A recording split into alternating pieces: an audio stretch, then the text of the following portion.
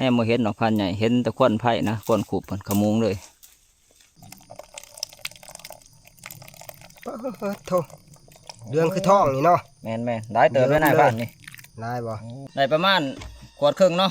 คือขวดถือว่าจำนี่ก็สมมาพอควร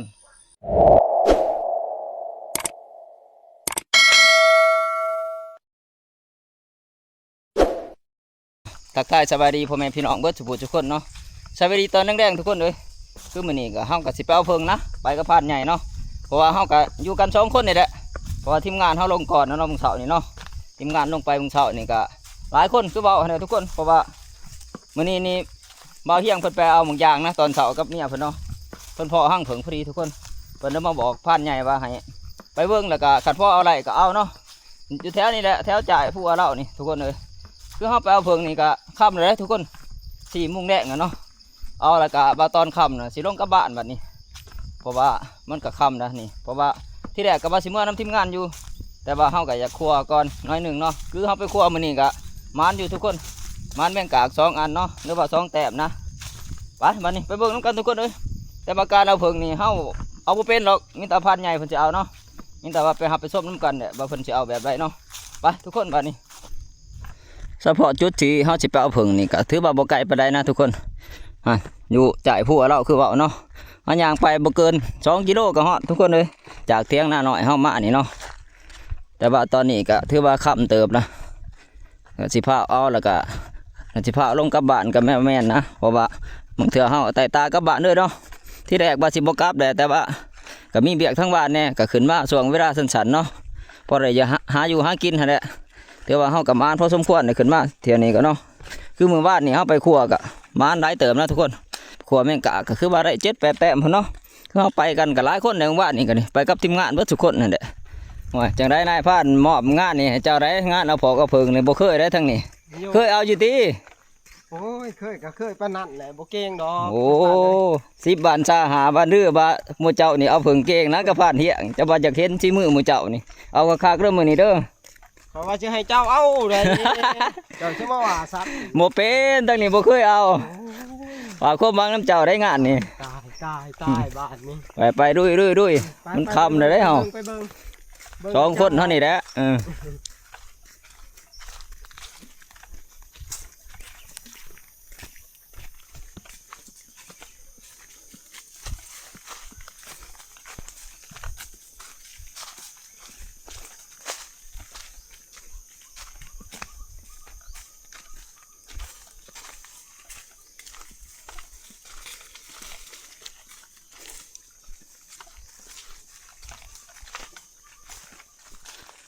นี่จุดที่ผ่านเที่ยงเพิ่นทางใบนะทุกคนคือเพิ่นทางเป็นทางใบเนาะให้หมู่เฮาเข้าไปเอาเพิ่นเพราะว่าเพิ่นมากัน2 คนกับเมียเพิ่นหมู่เฮาบ่ได้มาได้มื้อเช้าเพิ่นถากต้นไม้ไว้เพิ่นว่าเพิ่นทางเป็นฟอดใบนะให้หมู่เฮาย่างเข้าไปตามห้อยเพิ่นทางนี่แหละแล้วก็แนมเบิ่งต้นไม้เพิ่นว่าบัดสิเห็นเองบ่ไกลดอกเพิ่นว่าเข้าไปใกล้ๆก็ฮอดเพิ่นว่า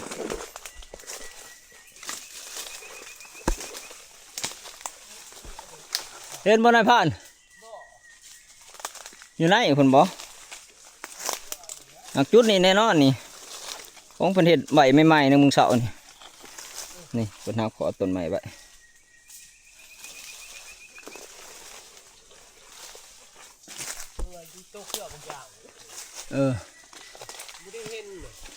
เห็นบ่เครื่องบางอย่างในทั้งเทิงเบื้องนะฮะผู้มองต้นทั้งหน้าเจ้า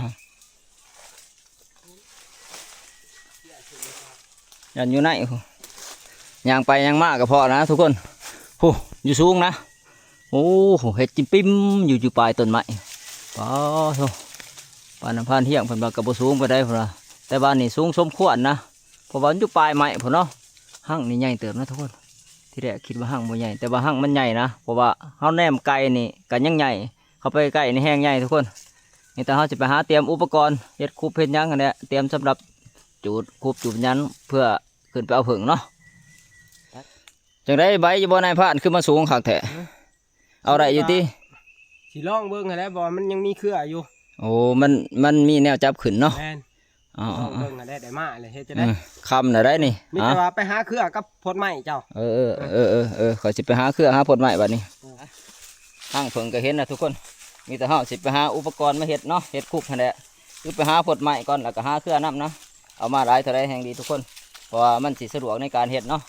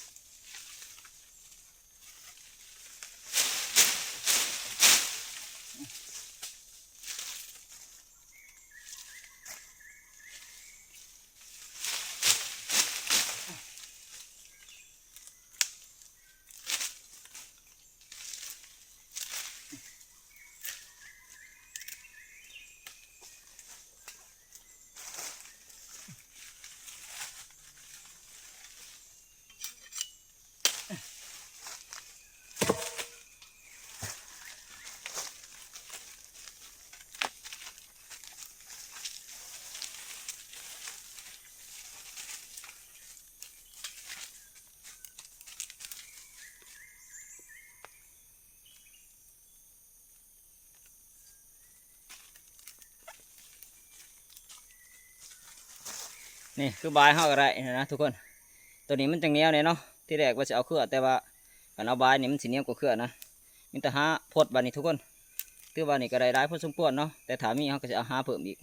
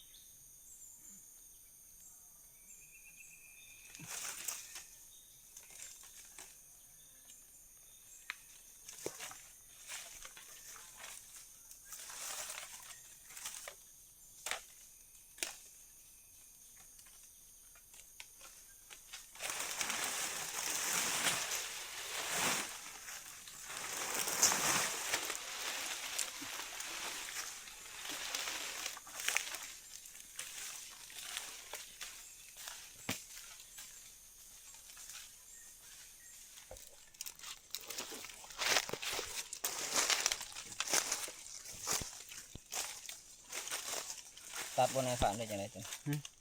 บ่ต้องตัดออกขอเช็ดเอง เกี่ยวเองเนาะ เจาะกอไผ่ไหมกอไผ่กองหน่อยๆนี่ฮะนี่คอยสีติดขุบ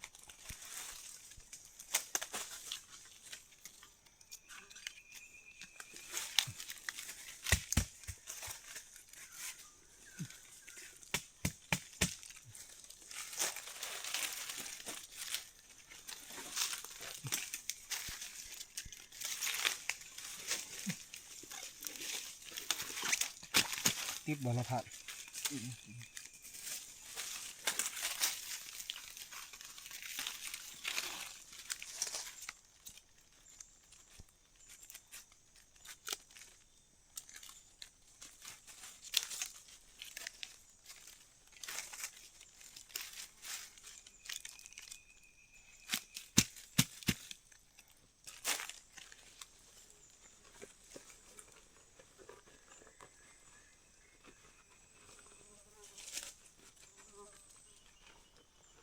ฝนตกใหม่ดังไฟเย็นอ่ะ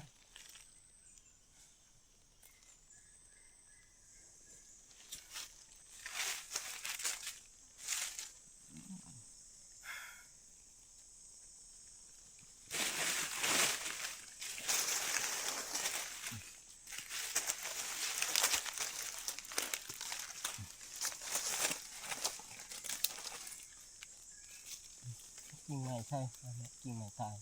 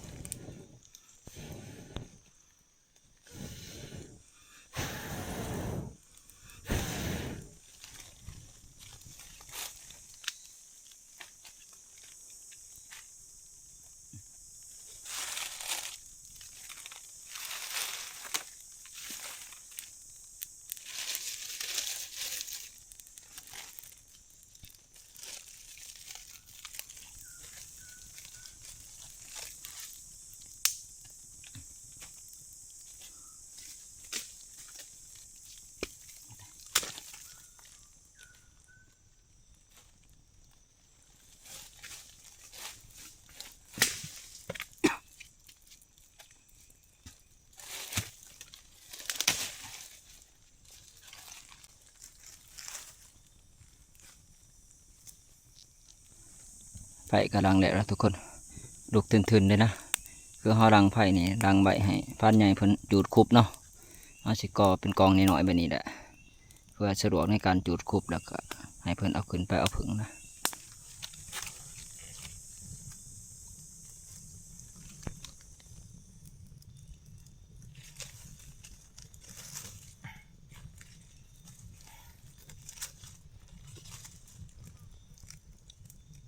มาลองเบิ่งบอลให้ผ่าน โอ้ เจ็ดคูบไห้นะ อยากลองอยู่แต่ใจมันบ่กะ ลองเบิ่งแต่ว่าง านนี้มันอันตรายนะมันสูงให้ผู้มีประสบการณ์ซะเนาะให้เพิ่นเฮ็ดแล้วผู้เพิ่นเคยเฮ็ดบ่ซั่นซะเฮาบ่เคยเฮ็ดเฮาก็บ่ปานใด ลองเบิ่ง ว่าอยากให้เจ้าเฮ็ดอยากให้เจ้าจัดเต็มตอง เ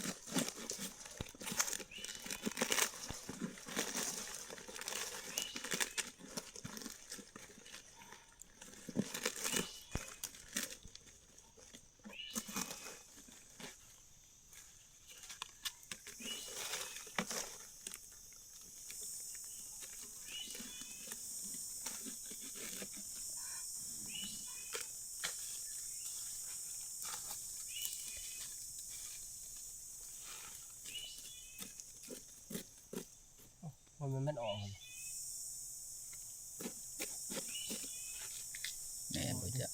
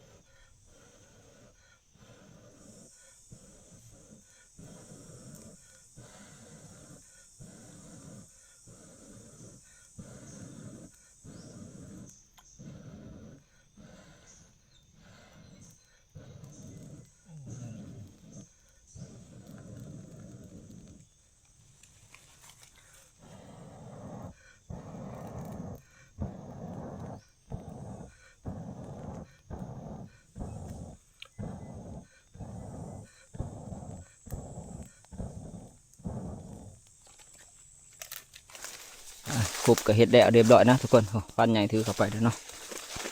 ควันขโมงเลย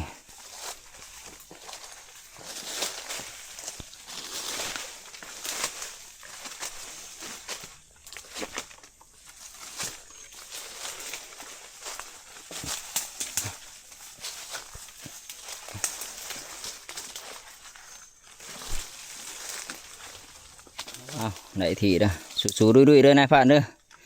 ขอสิเป็นกำลังใจให้เจ้าจากไรก็เฮาก็มีกันแค่2 คนในตอนนี้ ทีมงานเมื่อเบิดด่ะเอาดุย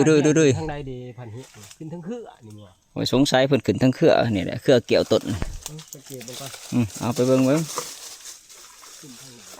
โอ้หันบ่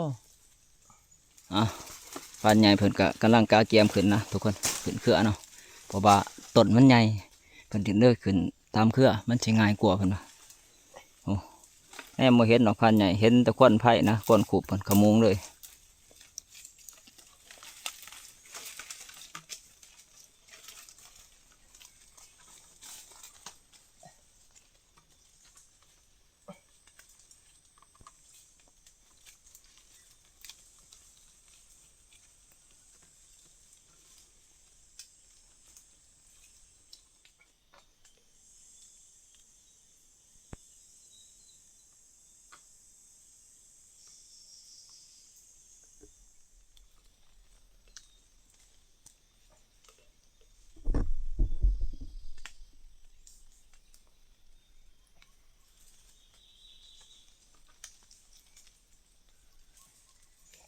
พันใหญ่ก็ขึ้นเทิงนะทุกคนเลย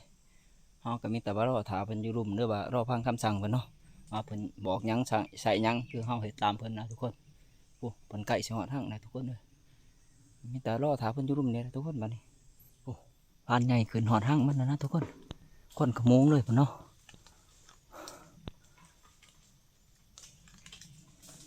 โอ้เสียงแม่นบินสนั่นด้วยนะทุกคนป๋อโธ่พันใหญ่เริ่มเอาแล้วเนาะ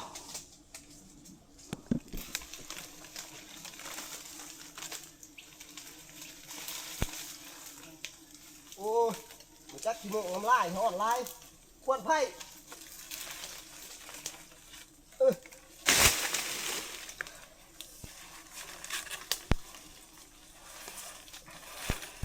โอ้กล่องโต๊ะพวกนึงเนี่ยแล้วบ่ได้สอดช้ำจักไล่เนาะบ่สิเอาคักบุญเนี่ยแต่ว่าอันกล่องบ่มุนไปโอเคแล้วบัดนี้ผ่านเนาะผ่านในหลายเติมนะน้ำผึ้งนี่เนาะที่ว่าพันใหญ่ขึ้นเอานี่ก็ถือว่าหัวหน้ามันนี่ก็หลายพอสมควรนะแต่ว่าหนาเสียดายทุกคนเลยคือบ่ได้ลูกอ่อนมันหรือว่าหักมันเนาะมันห่างเบิดเพิ่นว่าคือได้ปาดถิ่มเบิดนะหักมันเพราะว่ามันเป็นผึ้งแก่แล้วเนาะก็ยังโชคดีนะนี่ว่าเขายังได้หัวหน้ามันพอได้เมื่ออยู่เมื่อกินหั่นแหละก็ว่าเนาะโอ้คำเลยทุกคนไปเมื่อทับเฮาบาดนี่ใช่สุดขาหยาโอ้บ่ได้มันห่อนลายเนาะเจ้าก็จัดหนักขนาดเนาะสมบุกสมบันโชคดีนะฮะก็เอาได้ปลอดภัยโดยจบเจือไปสันจ้าไปครับทับอันนี้ไปถือเอาน้ำมันไปเอาลงมาเฮาไปกับทับอันนี้ทุกคนนี่น้ำผึ้งก็ได้มาละแต่เขาสิกับทับได้มันคำนะเปล่าลงเมื่อบาทนะแม่มันกระเดิมลงมานะปบได้บาทนี้ไปก่อนไว้ได้แนวนี่งานแบบนี้เขาบถนัดแต่เขากระบอกกะนะก็ ก็คือบอกได้ทุกคนแต่ว่าผู้ใดบ่เคยเฮ็ดหรือบ่เคยเอาก็ห้ามเฮ็ดนะทุกคนห้ามลอกเลียนแบบเนาะต้องอาศัยผู้เชี่ยวชาญหรือว่าผู้ที่เขาเป็นแล้วก็ให้เขาบอกเขาสอนเนี่ยคันว่าสิเอาซะแท้เนาะแต่ว่าสำหรับเฮานี่ถือว่าบ่กล้าดอกทุกคนต้องยอมรับเนาะ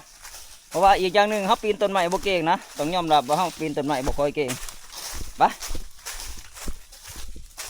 เฮาก็มาฮอดเที่ยงนะทุกคนเอ้ย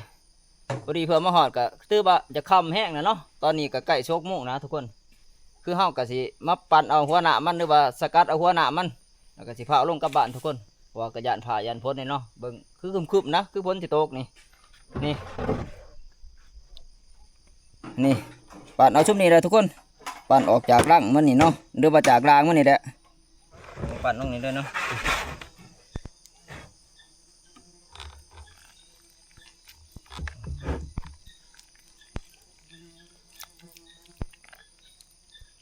ว่าสิเฮ็ดหญ้าล้างดีแล้วบ่มื้อในพระ โอ้โหล้างคักแล้ว ถือว่าสะอาดนะโอ้โหเข้มข้นขนาดเนาะ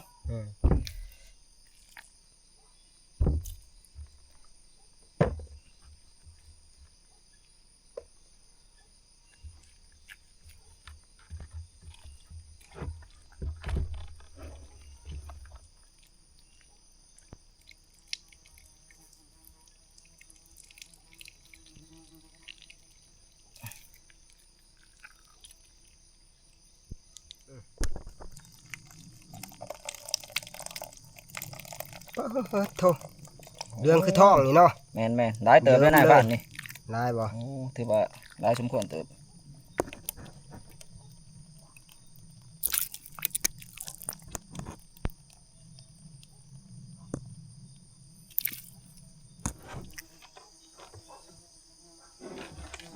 ฮัลโหล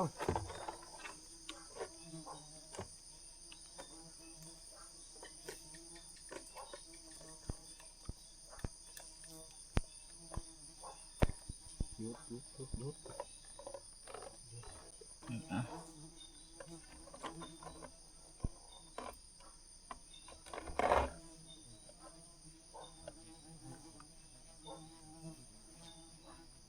จับนะครับโอ้ยสิเสียดอยู่อันนี้จะว่าสิเหี่ยวจัก โอ้พี่เดี๋ยวมันแตกกระตุกแตก ตุกแตกบ่ เอาขึ้นก่อน โย เอาลงคือเก่าก่อนกระตุ้งแตกข้างนี้ เอาทางไหนบาดนี่เด้อ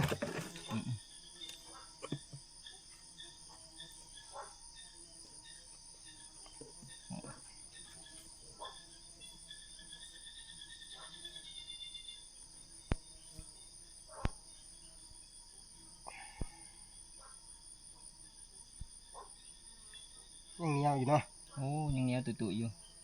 โอ้งามมันดีมางามครับแท้